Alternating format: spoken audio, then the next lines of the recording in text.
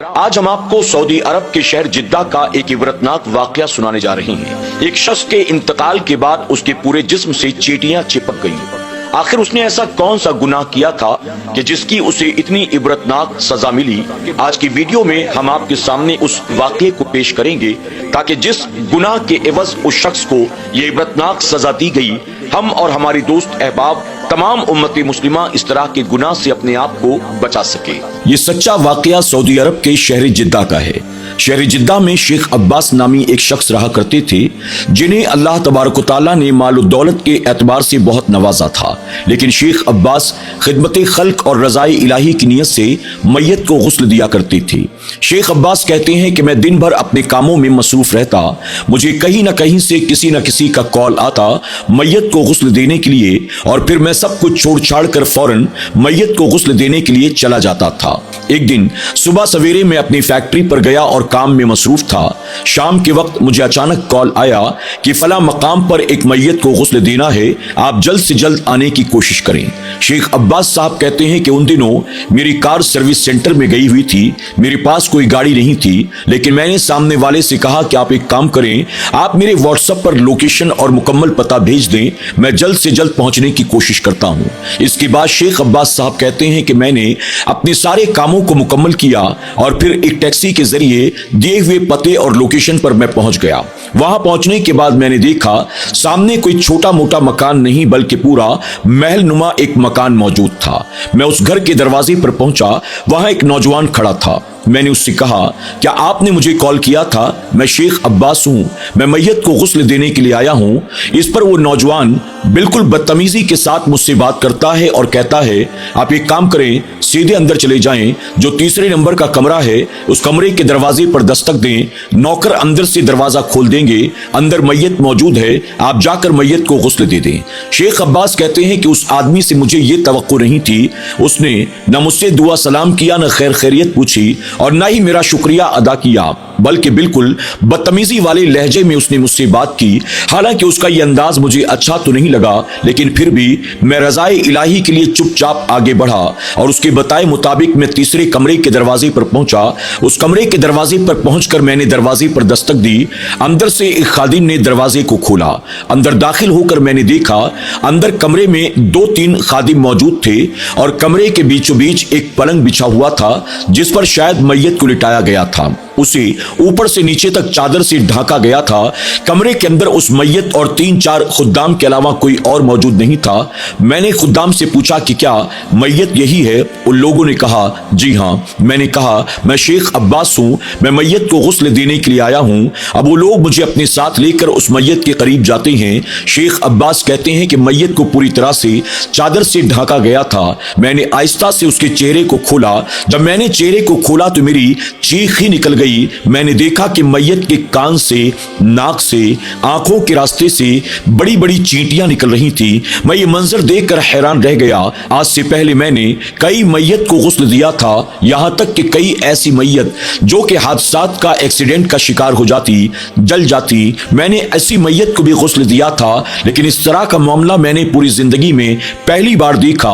شیخ عباس کہتے ہیں میں نے جیسے تیسے اپنے آپ کو سنبھالا، میں جیسے جیسے چادر کو نیچے کھینچتا جا رہا تھا، میں دیکھ کر حیران تھا کہ اس کے جسم کے تمام حصوں پر چیٹیاں لپٹی ہوئی تھی، اس کے پورے چہرے پر، گردن پر، سینے پر۔ شیخ عباس کہتے ہیں مجھے سمجھ میں نہیں آ رہا تھا میں آخر کروں تو کیا کروں۔ میں نے خدام کی مدد سے اس کے چہرے پر دوبارہ چادر کو ڈال دیا۔ اس کے بعد میں نے اپنے ایک ساتھی کو کال کیا، وہ بھی میری طرح میت کو غسل دیا کرتا تھا۔ میں نے اس سے کہا کہ یار فلاں فلاں پتے پر ایک میت کو غسل دینا ہے، تم جلدی آ جاؤ، اکیلے مجھ سے یہ کام نہیں ہو سکے گا۔ اس پر شیخ عباس کہتے ہیں کہ میرے ساتھی نے یہ کہتے ہوئے انکار کر دیا کہ میں معذرت چاہتا ہوں، میں نے کہیں اور کا وعدہ کر لیا ہے، میں وہاں جا رہا ہوں، اس لیے میں تمہارے پاس نہیں آ سکوں گا۔ شیخ عباس کہتے ہیں میں اکیلا تھا، مجھے سمجھ میں نہیں آ رہا تھا میت کو غسل دوں تو کیسے غسل دوں۔ کچھ دیر غور و فکر کرنے کے بعد میں نے ایک عالم صاحب کو کال کیا اور کال کر کے میں نے انہیں سارا معاملہ بتا دیا۔ ایک میت ہے جس کے پورے جسم سے چینٹیاں لپٹی ہوئی ہیں،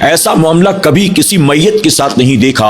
یہ میری زندگی کا پہلا تجربہ ہے کہ آپ مجھے یہ بتانا ضروری سمجھیں گے آپ کے دادا کے معاملات کیسے تھے, ان کا اخلاق کیسا تھا, ان کا کردار کیسا تھا, آخر ان کے اندر وہ کون سی برائیاں تھی کہ جس کی وجہ سے بعد مرنے کے ان پر یہ عذاب مسلط کر دیا گیا. شیخ عباس کہتے ہیں جب میں نے یہ سوال پوچھا تو وہ نوجوان کچھ شرمندہ ہو گیا, پھر اس کی آنکھیں نم ہو گئی. پھر اس نے کہا یہ بات ہرگز میں کسی کو نہ بتاتا, لیکن چونکہ آپ نے پوچھ ہی لیا ہے تو میں آپ کو بتائے دیتا ہوں. آپ نے میرے دادا کی میت کو غسل دے کر ہم پر بہت بڑا احسان کیا, اس لیے یہ راز میں آپ پر ظاہر کر دیتا ہوں تاکہ آپ بھی لوگوں کو بتائیں اور لوگ عبرت حاصل کر سکیں. شیخ عباس کہتے ہیں میں اس کی بات پوری توجہ کے ساتھ سن رہا تھا. وہ نوجوان کہتا ہے یوں تو میرے دادا کے اندر اور کوئی برائی نہیں تھی. میرے دادا صوم و صلات کے پابند تھے, صدقہ و خیرات بھی کیا کرتے تھے, قرآن کی تلاوت بھی کرتے تھے, ذکر و اذکار بھی وقتاً فوقتاً کیا کرتے تھے. لیکن میرے دادا کے اندر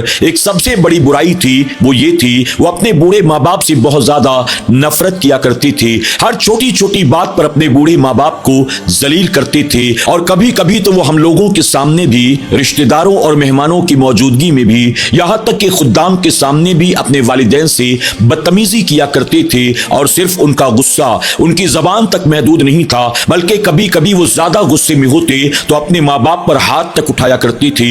ہم انہیں روکنے کی کوشش تو کرتے لیکن ہم ناکام رہتے تھے. وہ اپنے ماں باپ کا ذرا بھی لحاظ نہیں کرتے تھے, ان کا ذرا بھی ادب نہیں کرتے تھے, بلکہ لوگوں کی موجودگی میں اپنے ماں باپ کو تانا بھی دیتے, جھڑکیاں بھی دیتے, انہیں گالیاں بھی دیتے, اور کبھی کبھی ان پر ہاتھ بھی اٹھایا کرتے تھے. اور مجھے لگتا ہے ہمارے دادا کی یہی بدعمالی ہے, یہی گناہ ہے جس کی وجہ سے اللہ نے ان پر یہ عذاب مسلط کر دیا. اللہ اکبر. شیخ عباس کہتے ہیں کہ میں نے کہا یقیناً آپ کے دادا کی یہی برائی ہے جس کی وجہ سے اللہ نے ان پر یہ عذاب مسلط کیا. اس کے بعد شیخ عباس کہتے ہیں میں لوگوں کو یہ واقعہ صرف اس لیے بتاتا ہوں تاکہ لوگ اس واقعے سے عبرت حاصل کریں اور اپنے ماں باپ کے ساتھ حسن سلوک سے پیش آیا کریں. اپنے والدین کی لوگوں کے سامنے بے حرمتی, اپنے والدین کے ساتھ بدتمیزی اور بدسلوکی نہ کیا کریں. شیخ عباس کہتے ہیں کہ میں نے اس نوجوان سے کہا اگر برا نہ مانو تو ایک بات کہوں. اس نے کہا جی ہاں, آپ جو کہنا چاہتے ہیں کہیں. شیخ عباس کہتے ہیں میں معذرت کے ساتھ یہ بات کہنا چاہتا ہوں, ابھی آپ کے دادا کے جسم سے روح پرواز ہوئی اور آپ کے دادا پر یہ چیٹیوں کا عذاب مسلط کر دیا گیا. جب آپ لوگ انہیں قبر کے حوالے کریں گے تو ذرا سوچیں کہ قبر میں ان پر کون سا عذاب مسلط کیا جائے گا. ابھی تو میدان قیامت باقی ہے, ابھی تو آخرت کا حساب کتاب باقی ہے, ابھی تو جنت اور جہنم کے فیصلے باقی ہیں. اپنے ماں باپ کے ساتھ بدتمیزی کرنے والے کا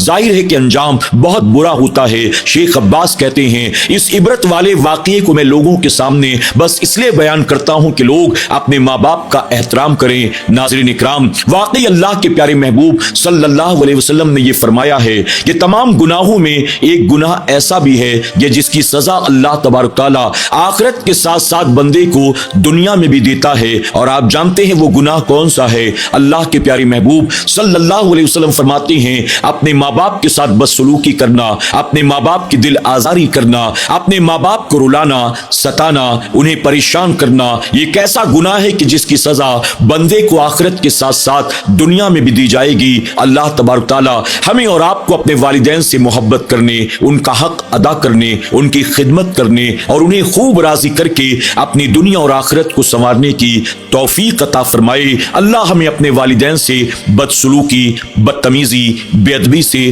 محفوظ فرمائے. آمین یا رب العالمین.